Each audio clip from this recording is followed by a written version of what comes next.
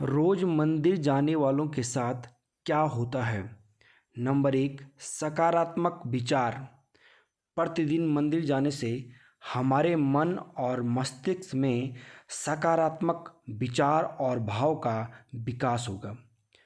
जीवन में नकारात्मक समाप्त होगी तो फिर भविष्य भी सकारात्मक ही होगा।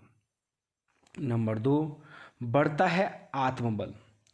मंदिर जाकर मन में विश्वास और आत्मबल का संचार होता है, जिसके कारण मन में किसी भी प्रकार का दुख या शोक नहीं रहता है। व्यक्ति सभी परिस्थिति में समभाव में रहता है। समभाव अर्थात ना तो भावना में बहता है और ना ही कठोर होता है। हर परिस्थिति उसके लिए सामान्य होती है। नंबर 3, रोग नहीं होगा। मंदिर जाकर आप मंदिर के नियमों का पालन करते हैं, जैसे आचमन, परिक्रमा, ध्यान, पूजा, आरती, व्रत, उपवास और पाठ आदि के साथ ही सोच समझकर आहार विहार करते हैं, तो आपको किसी भी प्रकार का रोग या बीमारी नहीं होगी। नंबर 4, तनाव या चिंता से मुक्त। बहुत से लोगों को अनावश्यक भय और चिंता सताती रहती है, जिसके कारण वे तनाव में रहने लगते हैं। तनाव में रहने की आदत भी हो जाती है, जिसके चलते व्यक्ति कई तरह के रोगों से भी घिर सकता है। लेकिन मंदिर जाने से दिल और दिमाग में ये बस नहीं रहता है। नंबर 5, ग्रह कलह। प्रतिदिन मंदिर जाने वालों में मन और मस्तिष्क में कलह या क्रोध नहीं होता है।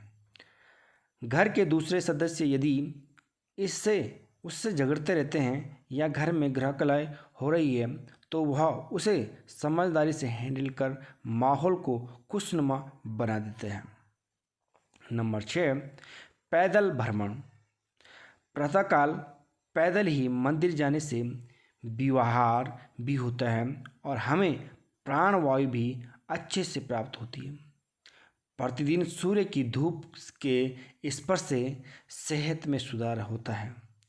इसी के साथ मंदिर भूमि को सकारात्मक ऊर्जा का क्षेत्र माना जाता है।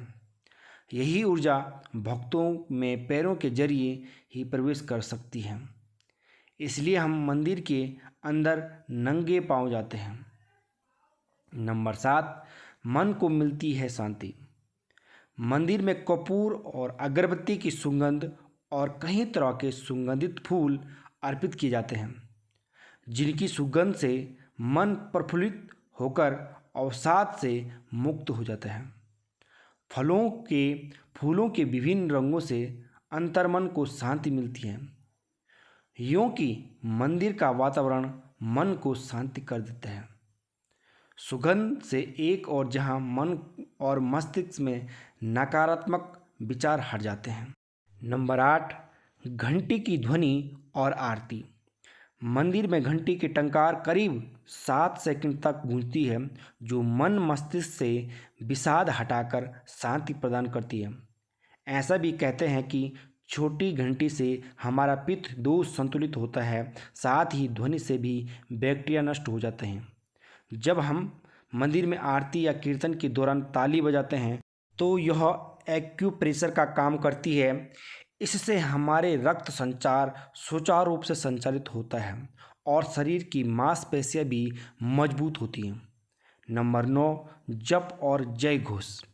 आरती या चालीसा को जपते पढ़ने से हमारे वाणी दोष भी दूर होता है।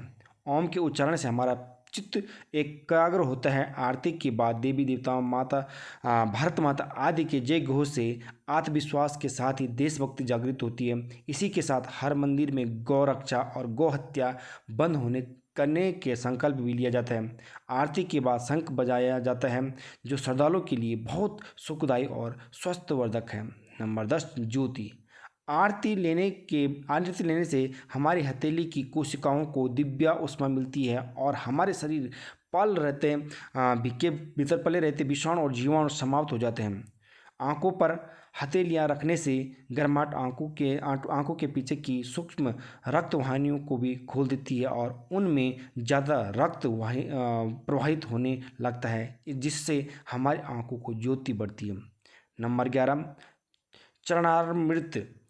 दर्शन, पूजा और आरती के बाद हमें तुलसी मिला चरणामृत, पंचामृत और प्रसाद मिलता है। यह चरणामृत और पंचामृत हमारी सेहत के लिए बहुत ही फायदेमंद होता है। आयुर्वेद के मुताबिक यह चरणामृत हमारे शरीर के तीनों दोषों को संतुलित रखता है। चरणामृत के साथ दी गई तुलसी हम बिना चबाए निगल लेते हैं, जिससे हमारी सभी रोग ठीक हो जाते हैं। नंबर 12, परिक्रमा। मंदिर में भगवान की परिक्रमा से जहाँ सेहत के लाभ मिलते हैं, वहीं धरती के गुरुत्वाकर्षण की शक्ति से जुड़कर हमारे शरीर का तनाव निकल जाता है। इसी के साथ में गुलबंद और उसके कलश से प्रभावित हो रही ऊर्जा हमारे शरीर को प्रभावित कर सकारात्मक ऊर्जा प्रदान करती है। नंबर 13, मनोकामना का दोहराना। मंदिर में जाकर जब हम अपनी मनोकामना को बार बार दोहराते हैं तो हमें मंदिर की सकारात्मक ऊर्जा का साथ मिलता है और इससे प्रकृति सक्रिय होकर हमारी मनोकामना पूर्ण करने लग जाती है। नंबर 14, वृक्ष। हम मंदिर में पीपल, बरगद, नीम, केला और तुलसी आदि के वृक्ष रहते हैं। इन वर्षों में हम जल अर्पण करते हैं या इन्हें हम नमस्कार करते हैं। इन वृक्षों से भरपूर ऑक्सीजन के साथ ही दिव्यता होती है, जो हमारे मन और मस्तिष्क को स्वस्थ रखते हैं। इससे हमारे मन में शांति आती है। नंबर 15, दान। मंदिर में दिए गए दान के अनेक लाभ होते हैं। दान से हमारे कृतज्ञता नहीं रहती और हम चीज़ों के प्रति आसक्ति नहीं पालते। इसी के साथ ही हमारे सामाजिक दायित्वों का भी निर्वहन होता है। मंदिर जाने से हमारी सामाजिक प्रतिष्ठा बढ़ने के साथ ही जान पहचान भी बढ़ती है। मंदिर जाने से हमें पंचांग और तीज त्योहारों की जानकारी भी मिलती है। मंदिर जाने से धार्मिक ज्ञान भी बढ़ता है, क्योंकि वहाँ पर गीता, वेद, उपनिवेश आदि के बारे में जानकारी भी मिलती है। नंबर 16, हाथ जोड़ना। मंदिर में व्यक्ति हाथ जोड़कर खड़ा रहता है। हाथ जोड़ने से जहां हमारे फेफड़ों और हृदय को लाभ मिलता है, वहीं हमारे प्रतिरोधक क्षमता का विकास भी होता है। कहते हैं कि हथेलियों को अंगुलियों के उन बिंदुओं पर दबाना पड़ा तो शरीर के कई अन्य अंगों से जुड़े हैं। इससे उन अंगों में ऊर्जा का संचार होता है। नंबर 17, तिलक। प्रतिदिन मंदिर जाकर व्यक्ति अपने मस्तक पर या दो भावों के बीच चंदन या केसर का तिलक लगाते हैं। इस तिलक लगाने से जहाँ शक्ति का अनुभव होता है, उससे एकता बढ़ती है। दरअसल जहाँ तिलक लगाया जाता है, उसके ठीक पीछे आत्मा का निवास होता है। आज्ञा चक्र और सहस्त्र चक्र के बीच बिंदु पर आत्मा निवास करती है, जो कि नीले रंग की है। आत्मा अर्थात हम खुद चंदन लगाने की आत्मादिक लाभ भी होता है। नंबर 18, प्रार्थना। प्रार्थना से शक्ति होती है। प्रार्थना करने वाला व्यक्ति मंदिर के इधर माध्यम से जुड़कर अपनी बात ईश्वर या देवी शक्ति तक पहुंचा सकता है। देवता सुनने और देखने वाले हैं। प्रतिदिन की जा रही प्रार्थना का देवताओं पर असर होता है। लगता है मानसिक या वाचिक प्रार्थना की ध्वनि आकाश में चली जाती है। प्रार्थना के साथ यदि उसका मन सच्चा और निर्द्वेष है तो जल्द ही सुनाई होती है। तो दोस्तों, ये वीडियो आपको कैसी लगी है? यदि वीडियो अच्छी लगी तो कृपया हमारे यूट्यूब चैनल को सब्सक्राइब करें, वीडियो को लाइक और शेयर करें।